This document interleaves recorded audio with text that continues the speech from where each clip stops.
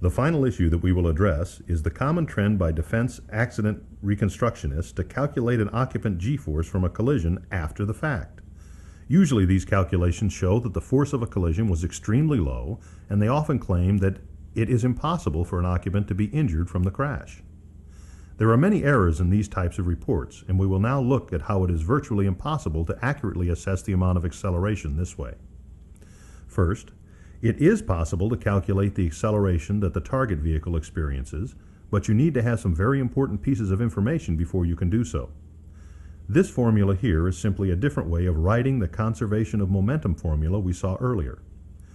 We can calculate the final velocity of the target vehicle, or V2, if we know the mass of the bullet and the target vehicles, the striking velocity of the bullet vehicle, or V1, and the coefficient of restitution of the collision.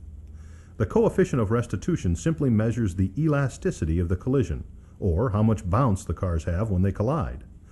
So the accident reconstructionist is immediately in trouble.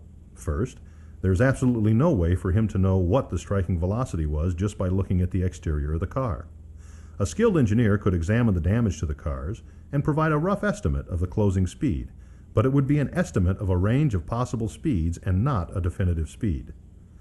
The coefficient of restitution also causes problems for the accident reconstructionist, because the only way to determine this number is to take identical cars, crash them together under careful examination, and measure the amount of elasticity. This is obviously hard to do and would be very expensive.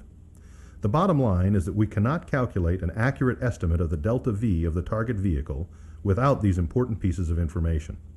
We might be able to estimate a range of possible delta V's upon closer analysis by an engineer, but this would just be a range of values. Despite the fact that you cannot accurately calculate delta V after a crash, many accident reconstructionists go even further and provide a calculation of peak occupant acceleration. Let's examine how ridiculous this is. This graph compares the data from 9 different engineering studies that have measured peak occupant accelerations in low-speed crash tests. As we can see, the peak accelerations vary widely, even in crashes of the same speed. The reason for this is that there are literally dozens of different variables that determine how the occupant is accelerated during a low-speed crash, and any attempt to calculate that is impossible. As we've seen in this video, there have been some important new discoveries that can help us understand how people can be injured in low-speed crashes.